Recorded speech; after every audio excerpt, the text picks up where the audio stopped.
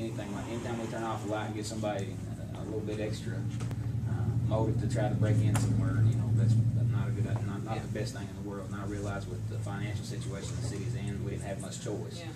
So we picked the ones that we thought were least likely to impact anybody. But the fact is, it probably impacted anyways. And so I hope we're heading in the right direction. Those lights up there by where Gerald Scott used to live on the bypass, those are still off. They definitely need to come back on at nighttime right there. You know where the lady was killed out here recently? Well, he sent the order in. Yeah. About the time all them storms started hitting. But what I was going to say is when they turn them on, I think one of them was messed up anywhere, maybe two. They'll need to check them and make sure they're not, you know, tore up. Yeah, there were several that flickered. Yeah, there were two I'm not flickered, sure one would come on and go off. It might help, you know, with the accident at night right there. It's just a bad spot, and I'm not faulting anybody. We were in a situation where we had to turn some lights off. Okay, they're supposed to, they should have had them turned back on, I'll be honest with you, but I don't know, they might have run into Tammy said problems. it's where all the power went out. She had sent an email the other day. And two, Carl, they may be turned on, and there may be something wrong with them. Something Yeah. could be, Yeah. I mean, I'm not sure, I'm just. But now, these new lights don't have the light. They don't produce much visibility as the other lights. The new, These are through here. it should be adequate. And I didn't have anything else except I wanted to ask Mike where we were. We talked about the safety there at the intersection he's talking about and over by College Road. Is anything, has anybody been contacted? Joel Holcomb, he came up and looked at the place up there. He said there's nothing much they can do except put a, you know, one of those stop, put one of the white lines saying stop, and maybe write stop on there. But they're thinking about it, some kind of a beacon light over at the college. That's when Mike Brandon brought it up. But they have to go through that engineering bit and all that stuff. But they are still working on that. I was wondering if they could put a, well, I don't want to speak out of turn.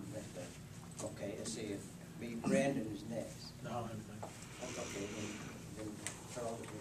I was going to say that they might be able to, it's not a good place for a stoplight, but they might be able to put a flashing caution light, like they mount on the side of the roads there. Like you have right before you get to the schools.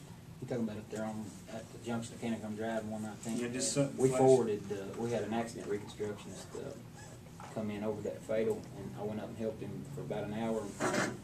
We took photos of, like, at the right height of the vehicle, the guardrail and the signs and stuff that's posted there on the side of the road. And there is some spots that, what we did was we waited for traffic to come that was traveling south, and I set my camera on where it would take multiple pictures at a time. And there is spots that you lose visual of a car coming south, traveling toward Cumberland. There is some spots there that you lose it just for a split second. And we forwarded them to the Department of Transportation, so hopefully they'll be able to come up with some type of solution, even if it's just moving some of those signs further out of the way. So I'm trying to work on that because we do have a lot of accidents right there and over here. And two, how long will it be before we can start seeing these nuisance ordinances issued from the blighted buildings and things of that nature? I'll go back and get you about 6 right now if you want me to jump to it. It went out today, as a matter of fact. But there's just some real problems with some of the streets. I know, like, on the street, especially the streets I live in, there's one there, they're working on cars or something, throwing all the trash over the hill. I haven't had a chance to go up and look at that one, but I've got it on my And then the old big top building. So that's one I covered today, the Ravens nest. Yeah. The building right between it, the school. The school, I'm not committing the city or the people, I'm just telling them what's coming. They either can start making corrections or then the nuisance citations will follow. But it's kind of an alert. That's all I have. Okay, the other thing we need to discuss tonight is the Tri-City Utilities Authority. I hope you all had a chance to read that instructions that I gave you about the meetings. I've been to 3 meetings, well, 4 meetings in London concerning this. 1 meeting in Frankfurt and 3 meetings in London. I just kind of hope you know what we're getting into. And the fact that I think they're pressuring us or trying to bribe us into accepting something that the 3 mayors do not want. We sit down and talk each time we go down there. Mayor Dodd and Mayor Monholland and I all 3 agree that we would rather remain separate cities, accept the money, and do the work that we think we need to do, like repair our water lines. And then Benham needs to repair a water tank. Lynch needs to repair their sewer plant. Right now, they've been forced to close down, I think, by EPA. Now, this one fellow says that we must do it through a Tri-City Utility Authority, which means if we accept that his wishes, we'll have to live with that Tri-City Utility Authority from here on in. Every dollar that comes through this city for water sewer will go through that Tri-City Utility and be dispensed as to whoever the members are on their things that they should be used. The citizens will have to deal with the Tri-City Utility Authority if they have a problem with their water or the leakage of something of that nature. And but it's up to the council. Now, right now, they told us we either have to appoint new members, appoint 1 new member, or appoint 2 new members, and also we have to place on the members that's on the board a period of time that they are to serve. But like I said in this memo here, and I hope y'all had a chance to read it and understand it. But we are obligating ourselves to either go with this Tri-City Utility Authority and let them run our water and sewer plants.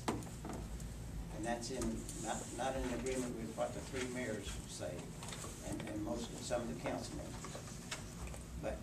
But it's going to be left up to you here, and we've got to make a decision, or they say that they will return the $900,000 that was appropriated to the city of Cumberland if we don't accept the Tri-City Utility.